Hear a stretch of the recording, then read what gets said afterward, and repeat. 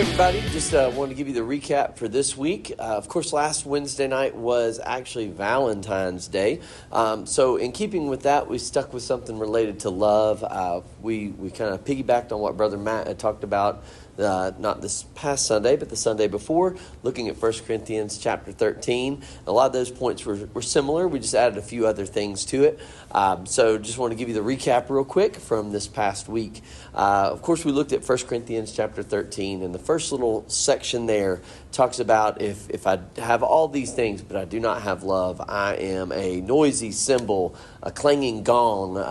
If I give of my body, or I can have all the faith to move a mountain, but do not have love, I am nothing. And we talked about how really when we do even the right thing, but for the wrong reason, with no attachment to that, then it's really just noise. It's really something that's not there. Now, we did have a little caveat about that, which is tied into point 2, which talks about that to love is actually something that we decide to do. It is an action. It's expressed outward, right? Love is patient. Love is kind. It is not self-seeking. It is not boastful. We looked at all those things. Those are decisions to be made, and realizing that the feeling doesn't always start there. Sometimes the feeling will ebb and flow, so we don't want to base it just solely off emotion, though emotion is tied to it.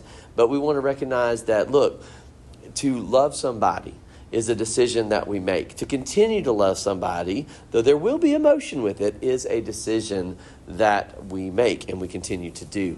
Vodi Bakum used to say this phrase. He said that love is a conscious decision of the will to act on behalf of one's beloved. And I love that. I use that with premarital counseling because there are days when you may feel love, but then there are other days when you just choose love. And so it's that reminder to us that even though the emotion may come and go, it may have kind of a roller coaster effect, the reality is the decision needs to be there to choose to love, to choose to act on behalf of one's beloved, to choose to honor a commitment, to choose to do those things. So again, the very first point last week in looking at 1 Corinthians 13 was that actions without love are nothing. They're kind of a distraction, right? You see somebody who does one thing but then really believes another. It kind of causes you to go, why'd they do that? Or why is that important to them? And that doesn't make any sense. It's kind of meaningless. And so we challenged our students with that last week. But then the second one was that love is a conscious decision of the will. It's something that we choose to do. It's a decision that we make and that we follow through with that. Then the last point that we had last week is that love looks like Jesus. If you would take time to look over, and I challenge you parents to do this, students, if you happen to be watching this, I would challenge you to do this, to look over that and kind of do a little heart check on yourself. Am I patient? Am I kind? Am I self-seeking? Am I jealous? Am I, kind of what things do you see there? Because when you look at that list from 1 Corinthians 13, love never fails, but if there are gifts of prophecy, they will be done away with. Love endures. It is not arrogant. It does not act unbecomingly. It does not seek its own.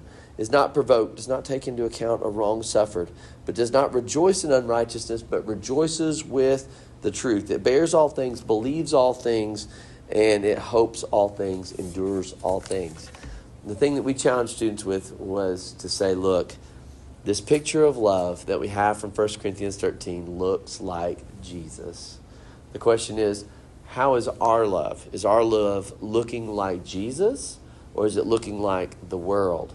Here's a challenge, too, for our students and parents for your students and who they might potentially one day date.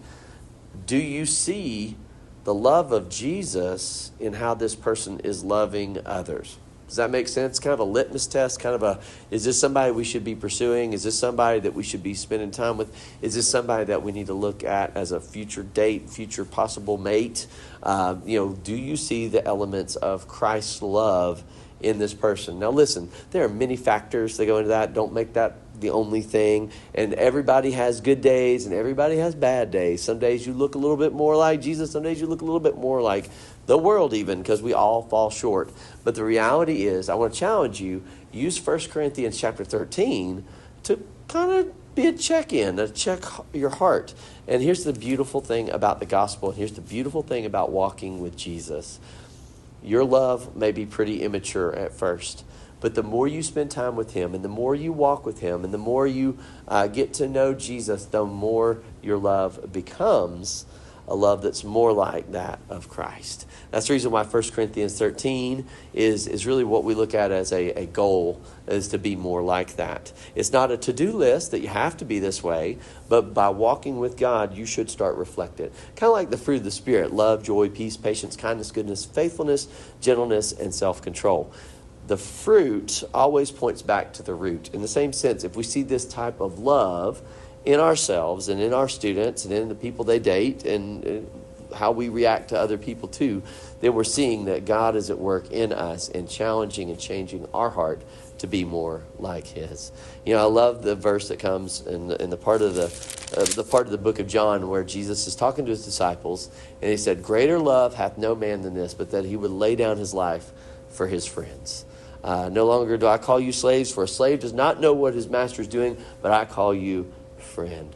This is who God is. This is what he has done for us. He loved us first, and he laid down his life for us that we might be made right in him. What a beautiful picture of the gospel. The gospel should change how we view love, but also how we share love and show love with others. Listen, we had a great time studying 1 Corinthians 13 last week. If you haven't studied it in a while, I would humbly suggest take it out, study it. You don't have to only do it at Valentine's Day. You can do it any day of the week, any day of the month, any day of the year.